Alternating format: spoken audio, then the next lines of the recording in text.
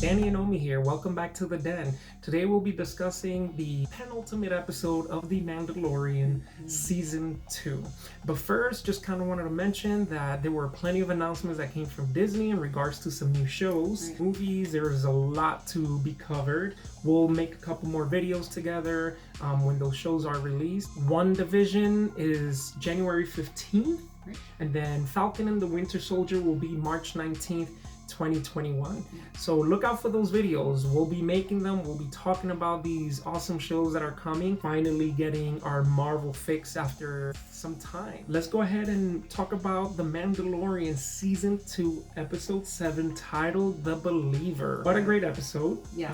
Plenty of action. That's right. Very cool moments. You know, Boba Fett had his nice clean armor. That's right. It with looked a like new coat of paint. Yeah, a new paint job. Really cool to see Cara Dune, Fennec, Boba, Mando all together just working, right? Yeah, going off on this mission. Right, and so that was really cool to see. And just the entire episode, I mean, there were a couple of moments that we really want to touch on because we feel that it's important to talk about and sort of take note of. There's a few scenes that we wanted to go over, and interestingly enough, the action sequences were actually overshadowed by these quieter moments. Right. We did have that really cool transport scene where it resembled Mad Max. Oh, that was so cool. It had to be sort of like a little nod to Mad Max. Oh, absolutely. 100%. Absolutely. Not scene by scene, right? But it was more it was a beat by beat feel of that's right. You Mad know, the Max. pirates going after Mando, the pirates jumping onto the transport, the whole thing, and Mando shooting back at them. It was just Mad Max to the T, and I really like that. There are 4 scenes that we want to go over. As I mentioned, these quieter moments actually highlighted the show. But first and foremost, this episode should have probably been called The Tragedy. We didn't have any Baby Yoda. Where was Grogu? I don't know. I mean, is he being tortured? What's going on? Probably still sleeping. I don't know. Oh, poor thing. But on the real, I mean, huge scene when Din Djarin removes his helmet. Oh my goodness. When he's at the terminal trying to get the location of Moff Gideon. The coordinates of Moff Gideon. That's right. And this is not the first time that we see Mando take off his helmet. The first time we saw that was in season 1 when IG-11 was trying to heal him from some wounds, right? Exactly. And so that was the first time we see Mando without the helmet. And this is the second time. But this time it wasn't a droid, you know, looking at his face. There were humans there. And that was really interesting because of the conversation prior to that scene and the transport. Jin found himself in a desperate situation. And they spoke a little bit about that earlier. But we see where his loyalties lie. And at this point, I'm convinced that he just loves the child. Unless the child mind force tricked him or something, we see how invested he is in that relationship. You know, you've been mentioning that throughout our videos this season, and you clearly see that here, where he was faced with 1 or 2 decisions. You know, do I follow the creed? Do I not reveal my face? Or do I do whatever I need to do to find the location of the child? And I don't even think at this point it's about completing the mission, right? Of getting this child to where he needs to get to a Jedi, to, you know, his final location. I think it's that attachment. You know, I need to save the child. I need this child to be okay. And this episode really emphasized on that, I feel. The fact that the episode was called The Believer, you know, we see that throughout the episode, and not just, you know, with Mando and his beliefs, right? His creed as a Mandalorian, other beliefs. Even Mayfeld's beliefs, or even the Empire. Yeah, Cara Dune. I mean, you know, she starts off in this episode with one belief, and then by the end of the episodes, her mind changed. That's right. You know, and we see the beliefs of the Empire and the Stormtroopers. You know, we're seeing things from their point of view, which is really interesting. Up until this point, it's sort of the good guys versus the bad guys, but we never really see the bad guys' point of view in a way where it's celebrated, right? Because when they came in with the transport after defeating the pirates, right, and surviving the explosions, they were celebrated, they were saluted, and Mayfeld said something really interesting. He said, "You never thought you'd be happy to see a stormtrooper." Yeah. And so, just a different point of view of all these characters in the show. It was really awesome because at the very end of that chase sequence, you see the 2 TIE fighters coming in to the rescue, and they're celebrating. And even, as a viewer, you're kind of celebrating because you're glad that they made it through that whole scene alive, right? Seeing those different perspectives was pretty much the theme of this episode. And everyone's perspective is their belief, is their reality. And there were these 2 conversations that Mayfeld had, right? The first one was in the transport with Mando, and he was talking about how we're all the same. When we're facing a desperate situation, we change our beliefs. Whether you're Mandalorian or whether you're from Alderaan, you have your own beliefs. That's right. But he makes that point of, well, where are they now? They're both gone. And it was very interesting that he's bringing that, because Din even made it a point to say we're nothing alike. And Mayfeld is letting him know when those desperate situations come up, you're going to do whatever you need to do to survive. What's really interesting is that Mayfeld talks about beliefs. And this idea that our beliefs change according to how desperate we are. We see that when Mando gets to the terminal and has to take off his helmet. And so for us, it's not really like a shocking moment. We were sort of, anticipating it, right? Because that conversation foreshadowed that.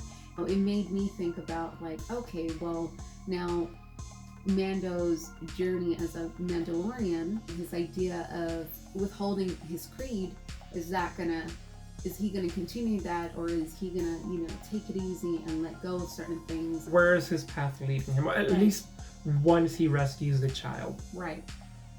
Where does he go from there? Because you also want to think about what's been going on through Mando's head, right? Din Djarin was an orphan just like Grogu is, and he has that shared experience. When Din was young, he was taken in by the Mandalorians, by the Death Watch. Did he ever receive that same affection that he's showing Grogu? Did he miss that affection? And that's why now he feels that he has to give it to the child who is in the same situation that he was when he was a kid. And maybe he was hoping for, some love or affection, and now he's giving that. He's learned to love and appreciate the child, and that's what's driving his decisions, that's what's driving his actions, and you clearly see that here. Yeah, I really love the character buildup of Mando. And all the characters, Cara Dune, Boba Fett, Fennec. The second conversation that Mayfeld had, the quieter moments of the episode, was with Valen Hess, the field commander that he used to report to. That's right. And he said some really interesting things that gave you sort of insight to Mayfeld's character and his background, his backstory, really, and what he went through. And you can tell in the conversation, because when I was listening to Mayfeld speak, it was sort of like, well, where are you getting with this? And Valen has said the same thing. He's like, oh, where are you getting with this, Trooper? And so it's because his perspective is now shifting. He didn't plan to have this conversation. Before we get to the scene, you saw how he hesitated to go into the rec room. That's right. Right. So Mando was forced to go in. So at this point, when Valen Hess approaches Mando, Mayfeld makes the decision to come in. Right. And as this is all playing out, his perspective is changing. The more Valen Hess talks and the more Mayfeld speaks, the more his perspective is changing. And Mayfeld brings up Operation Cinder. What's also interesting about that conversation was seeing Mayfeld's expression change from the beginning to the end, right when he shoots Valen Hess. You can see in the beginning, he's serious, and at this point you think he's just improvising because he's trying to get Mando out of that situation. Right. But he really starts talking and giving us a little bit of history of what went down in the past. Valen Hess talks about how this was for the glory of the Empire. Right. And Mayfeld is asking him, who was it good for? Was it good for the people who were trying to fight for their freedom? Was it good for his squadron? Yeah. Valen says something along the lines, well, small sacrifice for the greater good. And we see his insight, his point of view of what he believes in, right? What he's all about. And so another perspective.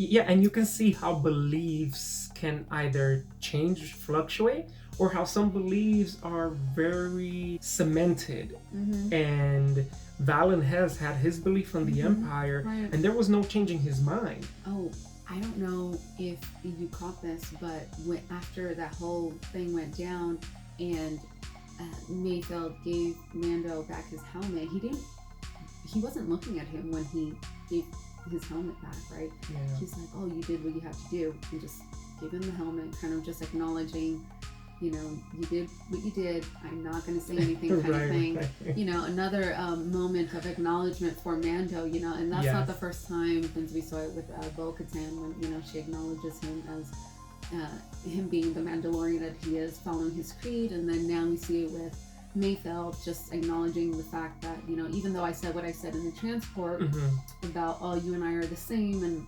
the whole idea of the helmet, do you wear it because it's your creed, and he just acknowledges that he did what he had to do. That's it, nothing more.